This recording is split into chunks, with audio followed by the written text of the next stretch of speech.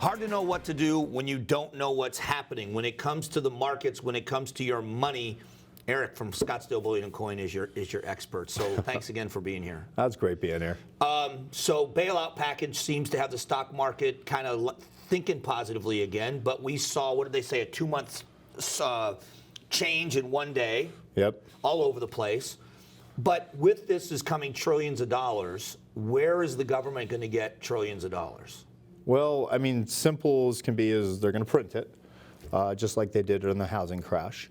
You know, a matter of fact, last Sunday, 60 Minutes did a couple of different things. But one thing they did is they had the Fed chair, I'm sorry, not the Fed chair, but the Fed president of Minneapolis, Neil Kashkari, on there, and he's the one that handled TARP. Remember TARP? Yeah, of course. From back in the day. Remember how hard it was to get Congress to pass TARP? It Sure. went back and forth a few times before they finally came up with the overall package that we're supposed to have transparency on that we never really had any transparency on. That's a whole show and it's on its own. He said something very profound, and it's something that has never been said. Even Ben Bernanke, who was the guy that Helicopter Ben, they called him. He would print money and sprinkle it over the community in order to get the economy roaring again.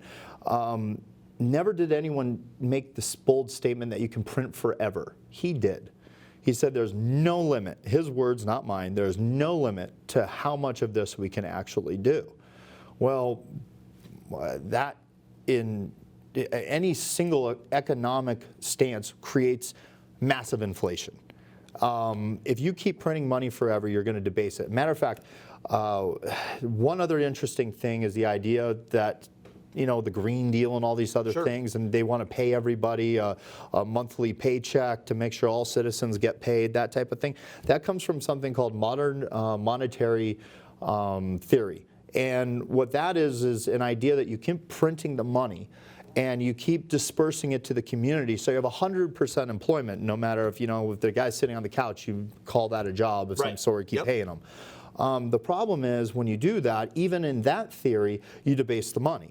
Well, the way that theory theorizes making sure that you are able to have some sort of equilibrium is that you tax people that are making too much of it. Who that is, we don't know. But then through taxation, you start eliminating the money when you bring it back into the system.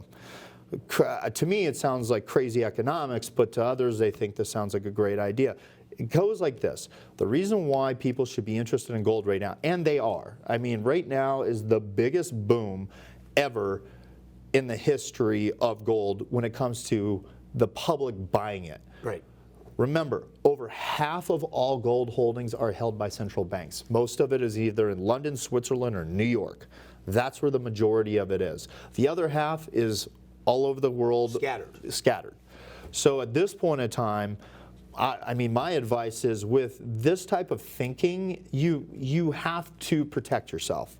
And gold and silver is really the only thing that I can think of, because let's face it, everybody right now ran to cash. Mm-hmm. We have huge confidence in cash until you don't have confidence in it anymore.